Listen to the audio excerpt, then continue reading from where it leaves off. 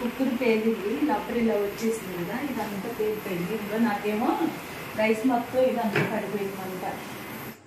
ఇందులో క్రీమ్ రాసుకున్న తర్వాత కాసేమో మంట తగ్గింది. నెయ్యి పూసేసరికల్లా మంట ఎక్కువైపోయింది.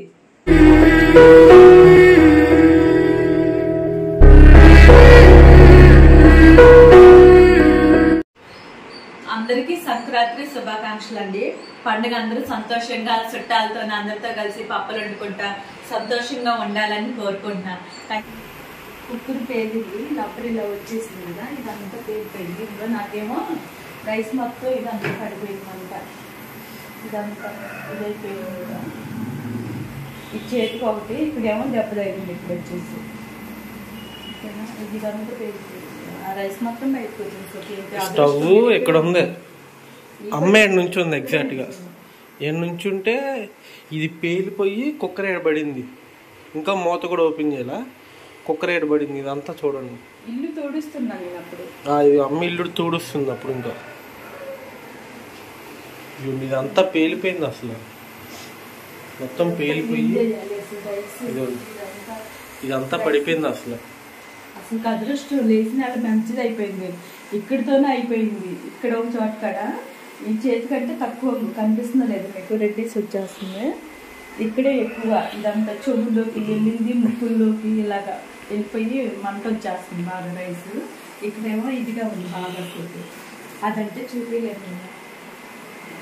చూడండి ఇదంతా మరకలు, కిందంతా అదే. ఇల్లు తుడుస్తానే పిల్లలకి మొత్తం పడిపోయింది. నేనే అక్కడ అన్నం కలుపుతున్నా. కుక్కర్ మొత్తం జాగ్రత్తగా ఉండాలండి కుక్కర్ విషయాల్లో మట్టికి. నిజంగా చెప్తున్నా, నేనేమో ఒకటి ఈ పిల్లలకి అన్నిటికీ ఎక్కువ కుక్కర్లే వాడుతున్నా.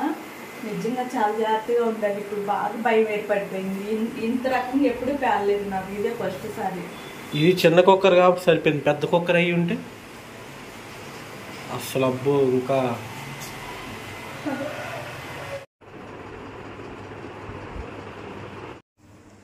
ఇదంతా ఎండిపోయిందండి, చల్లారిపోయింది కదా, ఇదంతా అతుక్కుపోయింది. రైస్ రావట్లేదు, ఇదంతా మరీ కలిసి ఉంది. క్రీమ్ రాసుకున్న తర్వాత కాసేమో మంట తగ్గింది. నెయ్యి పూసేసరికల్లా మంట ఎక్కువైపోయింది. ఆ క్రీమ్ తెప్పించాను నేను, అది కూడా ఫోటో పెడతాను.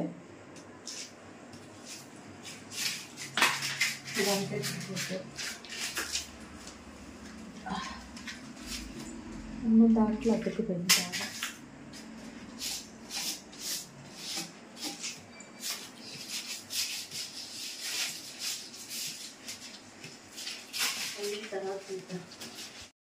మొత్తం క్లీన్ చేసానండి.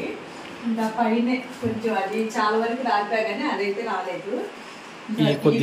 కడగాలి ఇంకా పై పైన. ఇంతవరకు అయితే మొత్తం క్లీన్ చేసి ప్లేట్లు కడిగితే అయిపోయింది. ఇది ఎక్కడి నుంచి మొత్తం అయితే అయిపోయింది.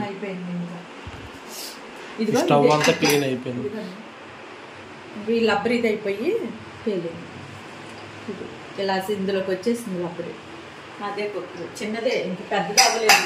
మన పిల్లలదే 12 కేజీలది. ఏదన్నా దానికి ఏం పరిస్థితి అనిపించింది నాకైతే. ఇప్పుడు కుక్కర్ అంటే భయం వేస్తుంది నాకు. ఎలా, ఎందుకంటే నాకు టైం వేస్ట్ అవ్వకూడదు అని చెప్పేసి నేను కూరతో సహా నేను కుక్కర్లోనే వండేది.